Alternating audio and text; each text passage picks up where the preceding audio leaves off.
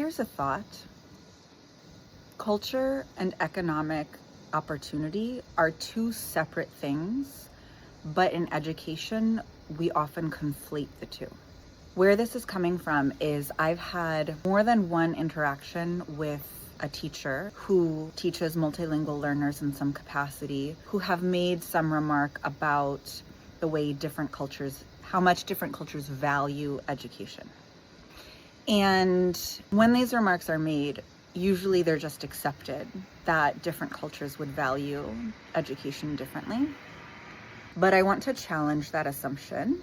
And I'll start by telling you about my experience. My first experience abroad was when I was 17 and I lived in a homestay in a community in rural Honduras, a community without electricity. There were about 500 people.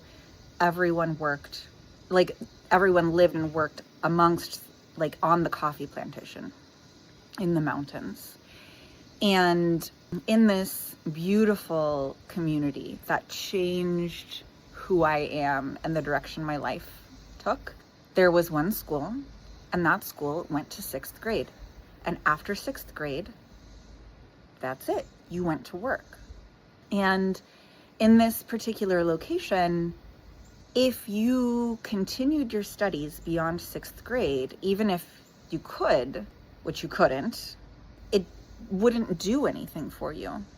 Education in that environment was not a tool of upward economic mobility in the way it generally, you can pick bones with that, you could argue that point, but generally is true of the United States. So when you have a student from another country, let's say Central America, when you have a teenage boy who's not coming to school because he's working to earn, and you feel like you're having to persuade him that if he studies more, he will be able to get a higher paying job later. I'm not telling you to abandon that course, but the argument that that job is harder because the culture doesn't value education in the same way, I'm arguing that that's not a valid statement.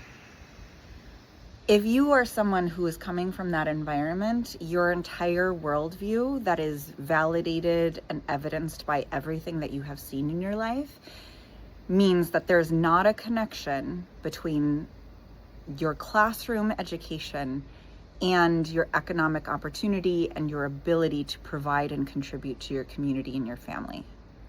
In that circumstance, the way that you contribute, the way that you can become a valuable community member is by earning. And so when we take a teenager and tell them now there is a connection, they haven't seen a lot of evidence of that. And that is because of the environment of economic opportunity, or more accurately, lack thereof, that they're coming from, not from their culture.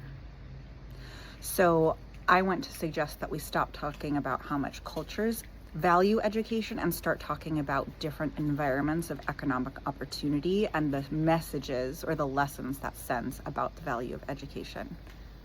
It's literally, what is the value of education in a different society? It literally has different value. It's one thing to be all romantic and say learning for learning's sake, but if at the end of the day, we all have to earn. So that's my porch thought for today.